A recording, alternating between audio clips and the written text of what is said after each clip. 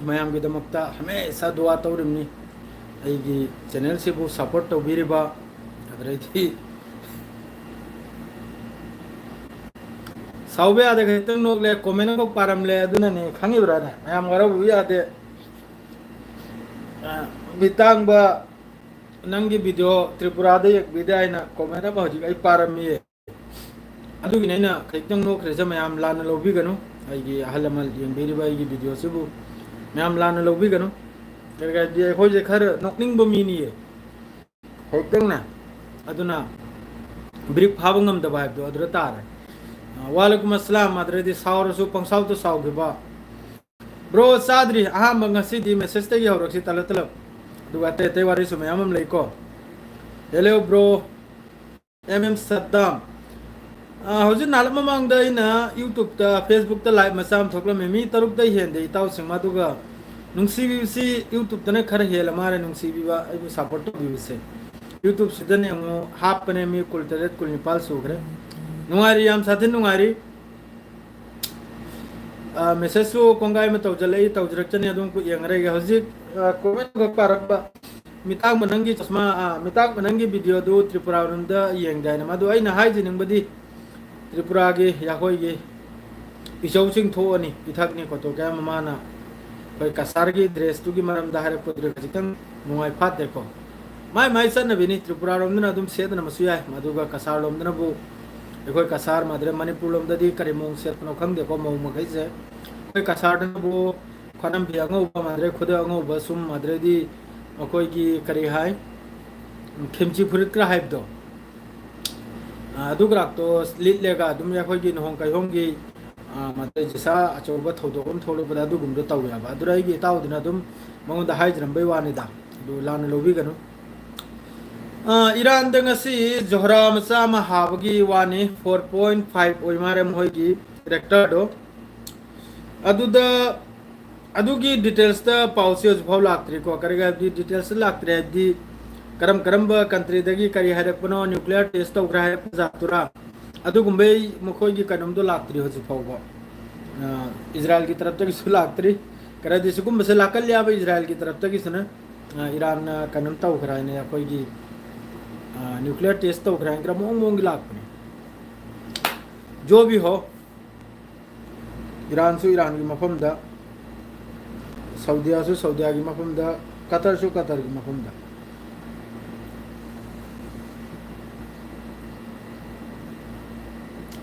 Hezbollah chief की तरफ तक ये वार्निंग था का इजराइल की मथकता मकोई नौजी की सिस्फायर से तौरगा सिस्फायर की अकाई बसी थमलेगा लेबनन मनुंग दा अदम स्ट्राइक तोबा ड्रोन अटैक तोबा असिन सिंबा सिगी मरमदनि मान ngang हेंदोरक पाव करिम लाक्तिया साइगे एक तुफाव खक्तनि मी सात्रुक नाद्रैदी हमास की मकोई की मकोक सिंगना बामना स्टेटमेंट अमा हजि गजा मनुंग तौरसी सेम टू सेम ममांगैदा जर्मन की माया ममिंग सी पल्लोय मासे ममिंग पल्बसिदा सु बेराम ला यै खंग जर्मन दा यामना ममिंग चतखिबो मियोय हमना मकोई यहूदी मयाम मया कोई की गैस शेल्टर मनुंग दा हपसल लेगा तौखिबदो अदुई मोंग दरि मान हारे जे गजा मनुंग दा हजि ओइरिसे गजा मनुंग दा मिसम मयाम हलिसे अदुई मोंग दो ओइरेसे माद्रेदी अहान बनी पाकिस्तान की तरफ तगी ईरान तमना इसिंग लंबी दा जहाज लेन देन से ईरान अमसुंग पाकिस्तान का लेन देन से हौग्राब इसिंग लंबी दा पाकिस्तान की तरफ ते अहान जहाज अमा ईरान तमना सखरा माद्रेदी सोमनबु यूक्रेन दा याम साथीने लान से सोकनरि यूक्रेन दा कीप दा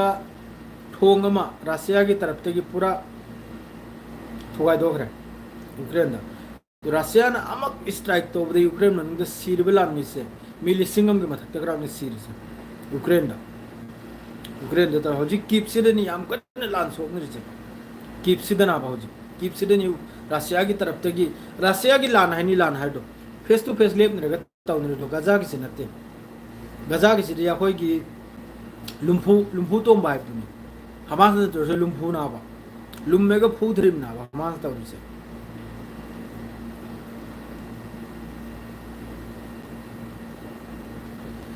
इमरान खान इजराइल न फावरसी करिमतनते मिडिल ईस्ट सिदा ईरान माद्रेदी इराक माद्रेदी Saudi Arab Qatar Dubai Oman Bahrain Sum Dodra Middle East the nuclear powered Israel Kaktani. Nuclear weapons Thambase Israel Kaktani. Aduna Mana Sida Dab Dabase Taurna, Middle East Sida. जिस दिन Iran ने nuclear test तौखिबनुमित्तो Iran ने nuclear test तौखरदिन हन हाइदोरनी Iran nuclear test तौराय तौद्रियाबा वादु बुजियोबा मया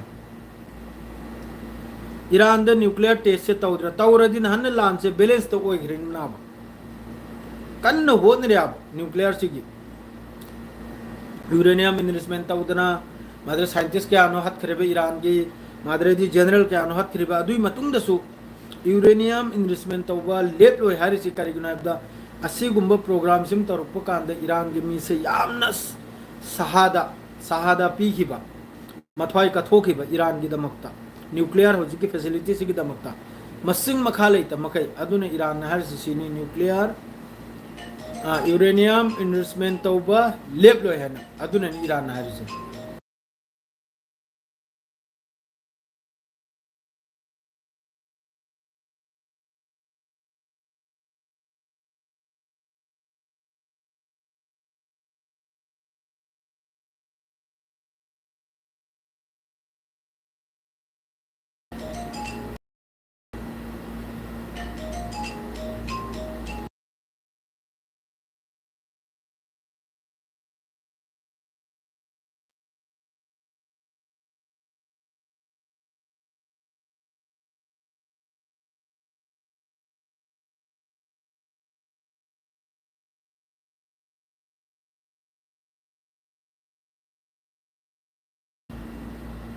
अदो पाकिस्तान तुरल the मी तौथोखिबा अदो video सेमलो Pakistan की तुरल द इंशाअल्लाह और साउंड ओइन मुथलिम नि सोम द फोन हम लाय हाइगी रिंगटोन हाइगी सु कॉपीराइट लाय बे ताउसिन अदरो इन मुथलिबा मुथत्रदि कॉपीराइट लादि वीडियो से मांग करे अदुगी ना अदो होजिक ताउनरि फिफम से याम साथीना मयाम द हारेगदि अदुम त हंजल हंजल हाइदना लैरा हाइरकनिको हौजिक इजराइल मनुंग तौर फिवम से याम साथीना वायम सादो फिवम नि हौजिक तो तौरसे इजराइल मनुंग फुल प्रोटेस्ट ने अदुई मथक मखोय की मुसाद त लेरंबा मादरे मखोय की आईडीएफ त लेरंबा मादरे इजराइल पुलिस त लेरंबा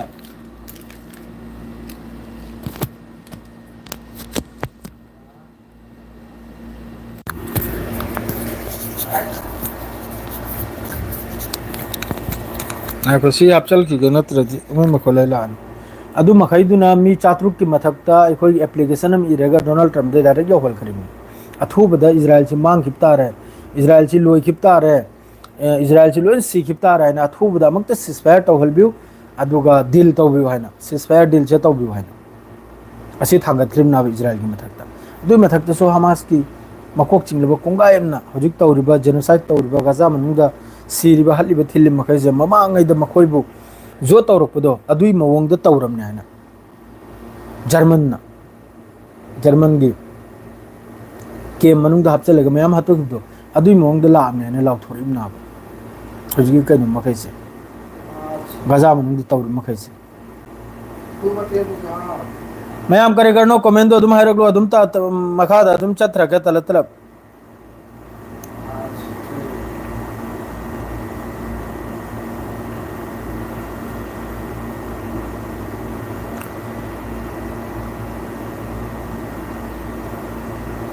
हिमालय दसु यामना चाउना अखोगी फ्लोट ओइबगी नॉर्थ इंडिया विलेज ता सिना करम मफमदनो उत्तराखंड अखोगी करी हाइनी बादल अखोगी नोंग पोखाई भाइबदो करी हाइनो दु मणिपुरी न खंगदे अदुना मरम ओरिगे याम साथीना अखोगी सोकपै ग्वानी असिदा मखोगी एसडीआरएफ फोर्स अदु मथकता इंडिया की आर्मी असिना चिंबा मतेंग नमुक्त संजल खरे हजु फाउदा मी यांखै की मथकता मिसिंगनी अदरेदी याम साथीना सिदा सिरब मियोइनबु मी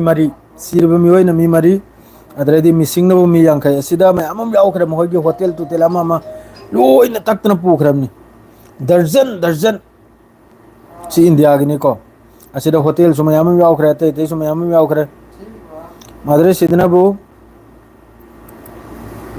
मी कुंथ्रा तरुकमसु न्यूज़ पीरिसिसु न्यूज़ इथोरेब मी मकैसिरु याद्रेदा फैरेंगनरे मथकी न्यूज़ तना मी मरी हारी मी यांखै मिसने हारी मखागी न्यूज़ तना मकारी मी कुल तरुक सिराय अदु कंब पाउनु ने पहल तहलग सीधी पूरा युंगरा पूरा अखोगी थुपचल करे हजिकी दराली विलेज सिदा तौरु मफम से अखोगी उत्तराखंड नि दराली विलेज सारी मफम सिदा हजिकी पूरा अखोगी चिंग से तक थरकतना ने पूरा कइनोमनी अखोगी तोइदना पूरा डिस्ट्रॉय होइग्रे मफम से अदु चिन थीदना पाव सिरी मयाम द पिनिंग दे द सेंगना हब द पाव से करिमता हेल थोइ लेते हते तै मीडिया दसु मयाम संगजल गाजा मनुंग द सिरो मिवैनबु हुमबुद्रा सुग्रे हजिक नालपसिदा 74 सुग्रे गाजा स्ट्रिप ता असिदा मी यांखै माथोयमा अखोगी साक लोबु चपदा असिम यावरे सी 24 आवर्स की पावनिको गाजा मनुंग दा मादरे सोमनबु इजराइल की आर्मी ने डिस्ट्रॉय तौखरे वाटर टैंक पाइपलाइन असने कराइदन वेस्ट बैंक द तुबा सारे मफम सिदा आईडीएफ की तरफ तगी अखोगी वाटर टैंक लेत्रन वाटर टैंक मादरे दी पाइपलाइन असने चिंग लोइना थुगाई यखाई खरे जॉर्डन वैली मादरे दी वफा न्यूज़ एजेंसी की तरफ तनी हाइदो रइसे कराइदन हबे तुबा सिदा असिदा नोमै दिनदा लाइसी यामखरबा 35,314 cubic foot metal water tank नि मोहन थुवाई क्रिसे उनथोक याम चल खरबा सिदनबु अमका 800 मीटर सांगबा वाटर पाइपलाइन अदुमसु मकोइना हजिकी तुबा सारे मफम सिदा थुगाई खरे आईडीएफ की तरफ तगी वेस्ट बैंक सिरसु याम कन्ना लांचे हजिक तोमली वेस्ट बैंक सिरसु तलतल पाउसे अदुम तलतल हाइरके मयाम वरो बिवादे वेस्ट बैंक सिरसु अदुम तलतल अखोगी जिनिन वगैरह तुबास वगैरह जेरूसलम वगैरह असिदा अदुम इजराइल की आईडीएफ की तरफ तगी अदुम लांचे तौब तोक्ताबा सोम द गजारुम द खजितिंग इन सनरगा अहमदम कताइन रिबो वेस्ट बैंक ममता अदरेदी सिदनबु कनम की हिजबुल्लाह के कनमना नईम कासिमी की तरफ तगी हाय रिसिनबु सिसफायर दी तौखरेगा गजा कनम का लेबनान का सिसफायर दी तौखरेगा सिसफायर तौवी मतुंग दसु इजराइल की तरफ तगी ड्रोन अटैक वगैरह मिसाइल अटैक वगैरह मादरादी अखोगी एयर अटैक वगैरह मथक्ते बोम लंथबो वगैरह असि पुनमक्से सी यामना कनम तौद्रबा अखोगी चौखत्तबा हाइबि तारे यामना चौखत्तबा यामना थर्ड क्लास ओइख्रबा थौदोक ngang सी तौसे अथुबदा सी मखैसिगी थाउजेंड ऑफ टाइम्स बोइलेशन मसिंग मखा लेतमखै लिसिंग की मथक्ता बोइलेशन तौबा साइगी सिसफायर सिगी असिगी मथक्ता नुंगाइ तो फुंगदोक चरैमि बस नाइम कासिमिना हाइरे इसे सुम तौदना सिसफायर सु ओइखबे मतुंग दंगसी काबक्ति सांगमनि हिजबुल्लाह का आईडीएफ का सिसफायर ओइख्रिसे ओइखिबगी नोंगालबदगिने इजराइल की तरफ तगी ड्रोन वगैरह मिसाइल वगैरह लेबनान मनुंग सिदा बेरुत मनुंग सिदा मखोने तौरैसे अदु नहीद अदुइ नुमित्तुदगी हजुक फाउबदा नईम कासिमी वगैरह हिजबुल्लाह की वगैरह बस ओनली फॉर कंडेम फक्तने तौरैसे वालेकुम अस्सलाम ओनली फॉर कंडेम फक्तने न्यूज़ पेपर सिदा थोगलेगा न्यूज़ सिदा थोगले अल जजीरा वगैरह मादरेदी अखोगी प्रेस टीवी वगैरह मादरेदी टाइम ऑफ तेहरान टाइम्स वगैरह असी मखैजिदा थोगलेगा बस कंडेम से खक्तने मखोइन तौरमिसे अदुरै हेल्प करिमता लैत्रम सी कनुंगी वाने आरिसे अखोगी लेबनान की वाने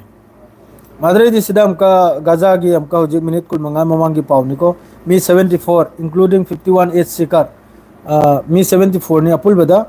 ngasi नुमित्ता मी यांखै माथोयमना बो अखोगी चाक नाइफमदा असिम लैग्रा कानून हिजबुल्लाह की चीफ की तरफ तगी अमक्का वार्निंग नि नईम कासिमी की तरफ तगी इजराइल की मथक्ता करिगुम्बा अमक हन्ना लेबनान मनुंगदा लान तोरप तारगदी अदुगी नतीजा भोगतपैदमक्ता रेडी द लैवाने मान इजराइल द मान तौखलिसे खैम अहम ता हाइदन त लैरमने सिबई पावतनी तो इताव सिबगी पावतनी फिलिस्तीनी में सिबई पावतनी तोकलसिदा पेलेदा हराव पावसे कन ता फंगनी कन त खंगद्रे दुगाते अतै कंट्री नदी मयामदी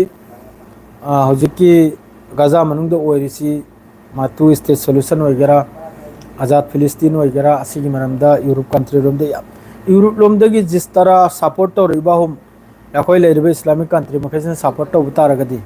नहन्ना फिलिस्तीन से आजाद ओइखरानी नहन्ना मागी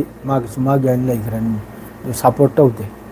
अखोई गे लेरिबे मिडिल ईस्ट लेरिबे इस्लामिक कंट्री मखैसे हौजी एयर ड्रॉप कन्न तौरी यूएई जॉर्डन सऊदी अरब कतर दुबई असी कन्न एयर ड्रॉप तौरी खंगिब्रा मसर बस असी खक्तनी अतई अदुगी मथक्ता करीबता लेते हौजी गजा मनुंग एयर ड्रॉप तौरे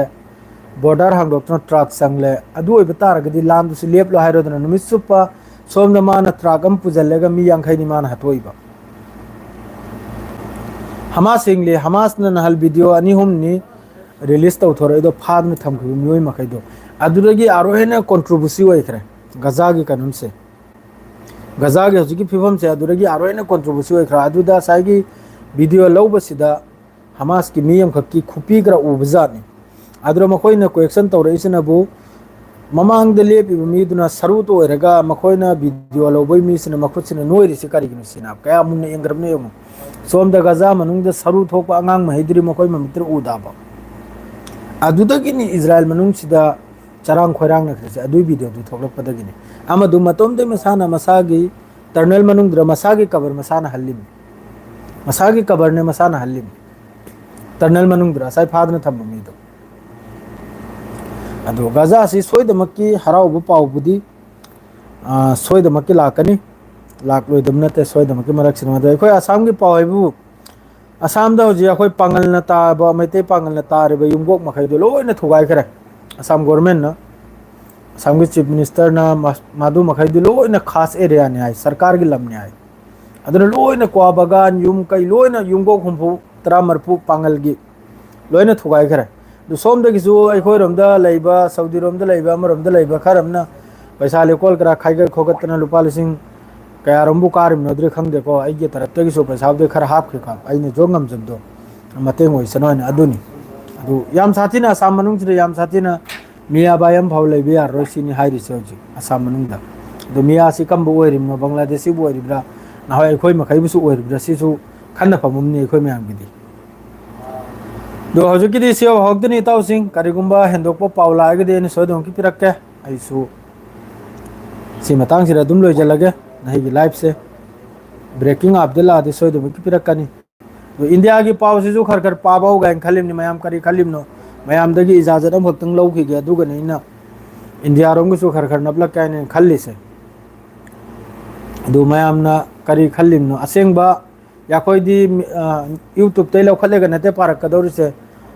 न्यूज़ पेपर लोम दगी लौ खलेगा नि पारक कदौर से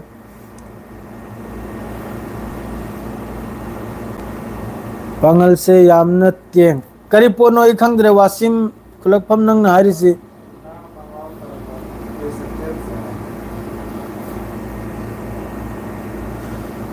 करीमते चुमदे मखोय करीमते चुमदे गजा मनुंगी पॉलिटिक्स से यामना होजिक वारी सिमा दो सांगदि सांगहलमगे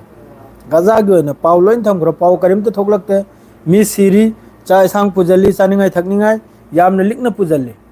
गजा मनुंगदा बॉर्डर दे चंगिसे इंपोर्टेंट ओइबा अपडेट मखै पिरमगे मयामदा फजना मुन्ना साइगी दो कोई रेसन नखरे मुन्ना गजा मनुंगदा यूएई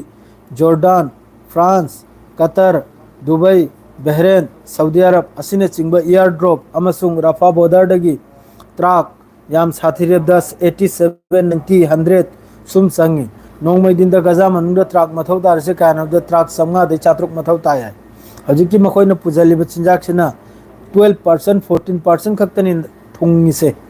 मखोइना हजि एयर ड्रॉप होइगेरा ट्रक लंबी दे संघल बोइगेरा सिना थुंगी से गजा मनुंगदा चानिंगाय ओनली 14% तरा मरी परसेंट तरा निथोय अदि से खक्तनि गजा मनुंगदा थुंगी से चानिंगाय अतोप लोइना बुखाने बुखा ओइबदुना बु असाइगी एड्स जीएचएफ सेंटर से चलेगा साक नाइरुबदा आईडीएफ की तरफ तगी काबलक्तना शहीद ओइरबु गांगतनि मी 74 द मी यांखै माथोय शहीद ओइग्रदी याम साथीना वाली साक से चंगनि गजा मनुंगदा याम साथीना वाली फंगनि बा अदुम लेरे इंपोर्टेंट अदुगी मतुंगदा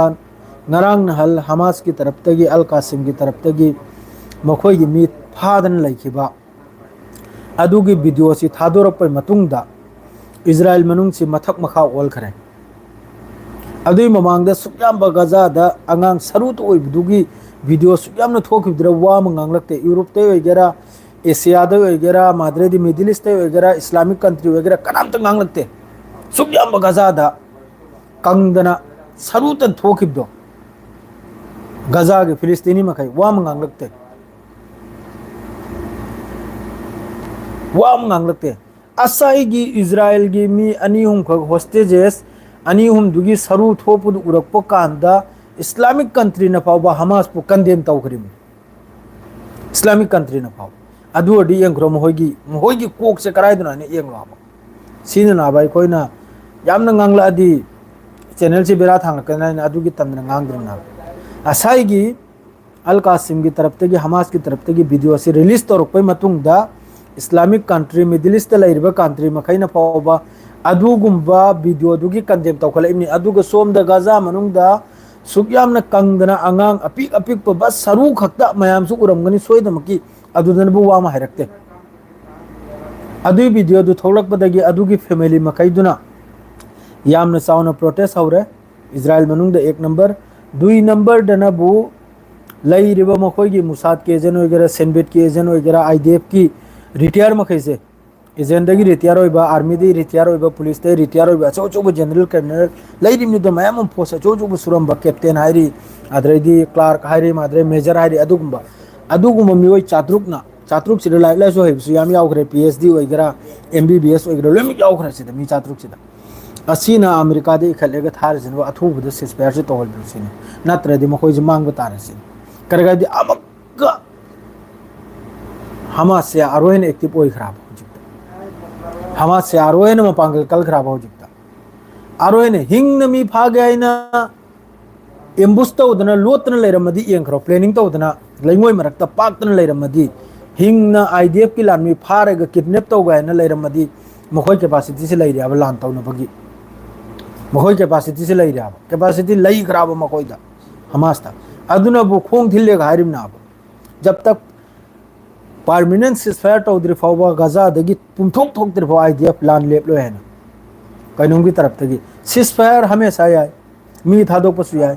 लोइने याय मखोय बस नेतन्याहू ने याद्रिम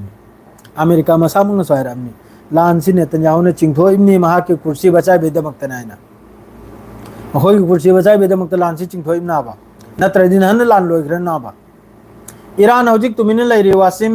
खुलकफम ईरान ओंग थोकन शांति दा मसागी मनुंगदा अपग्रेड तौदना खुजु खुलाई मिसाइल वगैरह मोइगरा मा लोइने रेडी दने आईआरजीसी दे चिंग लोइने रेडी दने हौजिक बस इजराइल ना हौरकपनि मखोयना गायरिजे नाहोय मखोयना हाना हौखिब्रा अदुसि एंग बताय दो गजा दा थोकलिबा थौदोक पुनमक्से हौजिक की मतमसिदे लोइने देतन हौगी मथकता तारम लोइने माइके मरिदा करेगा दे हमास नंगसि फा वाइद्राबा कोई लान लेप लो या कोई लान कनुम तो नहीं भाई दोक्तरी आप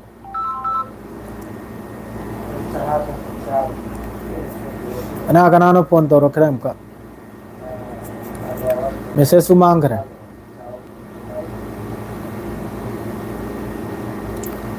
लाइव तो ले रही ब्रो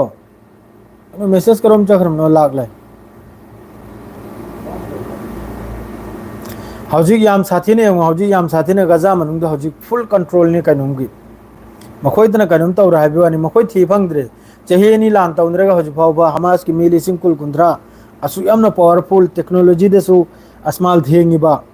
अदि मथकता अमेरिका वाल की लोमतेना पावरफुल लोमतेना मकोक चिंगिबा अमेरिका अदुगी सपोर्ट यावरबा अदुगा गजा मनुंग मियोय लिसिंग कुंद्रा बाबो मी तरा कुल फादना थमगिबाव लौथोकपा ngamdu मोहन कराइदगी वाल की लीडर होइदौरी हाइरो मखोयन रो वाल चलाइदौरी से दुनिया चलाइदौरी से अगोइन राबा हमास की मी मिसिंग घर मी लिसिंग कुल गुंथरा का कराय थी दो गरम ना मिसेस बारे रियाजुद्दीन बाइलोइम पारे सी इजराइल की सु याम साथी ने सी रिमनी इजराइल की सु ngasi की पावनी मादु मखोयरोम दे अशोक पदरी एक्सप्लोसिव ओइब दु हारे कांदे मखोयरोम दगी एक्सेप्ट तोरपदो हाइदोरपदो अदु यावदाबा अदुक सीरे हाइना मखोयगी पावदो फोंगदोरपदो यावदे बस अल जजीरा वगैरह माद्रेदी प्रेस टीवी वगैरह सिदा हार सिनबु यामना चाउना एम्बुश तौदना मखोइगी मरकाबा तें पोखा हेल के खान यूनिस ता सी खक्तनी केदे याम साथिन सोई अदुई मतुंग दा अहमदगी जो कोई मी अदुक सी हाइबो हाइरकनी अदु निनी हुनी मतुंग दा हाइदोर याबो हौजी गजा मनुंग दा लांसी इजराइल की तरफ तगी ड्रोन अटैक ग्राउंड ऑपरेशन याम कन तौरी अदुगा हौजिक ता गजा मनुंग दा कोई चानिंगाई थकनिंगाई से सिगी याम कन चेंथोक चेंजी तौरी याबो याम कन फंगहौनबा चाहौनबा आइना साइगी सोक्तन खोतन लेग्रिमदे मयाम अमा अदरेदी हौजी हमका सिदी इंपोर्टेंट अमगा साइगी होस्टेजेस फाग्रिबे इमुंग मखैदुगी पेसारदा अदुई मथकता अतै अतै यूरोप कंट्री अमेरिका की पेसारदा हौजी करी ओइराइबदा रेड क्रॉस पु फादन लेखिबा होस्टेजेस मखैगी दमकता चानिंगाई थकनिंगाई पुहल्लेगा संघलगदौरी हमासना अयाब पीखरमनी अदुगी डिटेल हौजी फाउ लाक्त्रे रेड क्रॉस पुने अचा थक पुरगा साइगी लैरिबो होस्टेजेस मखैदुबु अदु उन हंदौरिब्रा मफम दियोना पुजल हलगदौरिब्रा नाहै मरक्ता हमासना ओकदौरिब्रा चानिंगाई दो अदुगा थुंगहंदौरिब्रा अदु हौजी फाउ दी डिटेल्स लाक्त्रे हमास की तरफ तगी दे बेरा लेते हाइक्रमनी अदुरे हना कयाम फगवारिम नने अदुरे हना अल कासिम से कयाम फदो ख्वाबा मखोइना अदुम तौरकनिरो अदुनी इताउ सिंह सियारगा अदुम सोयासरि लोइजंजरगे पाउ से हेल्प थोकला देना अदुम पीजरके आम फजन लैरो तुम नरो नुंगाइना शांतिदा सलाम अलैकुम।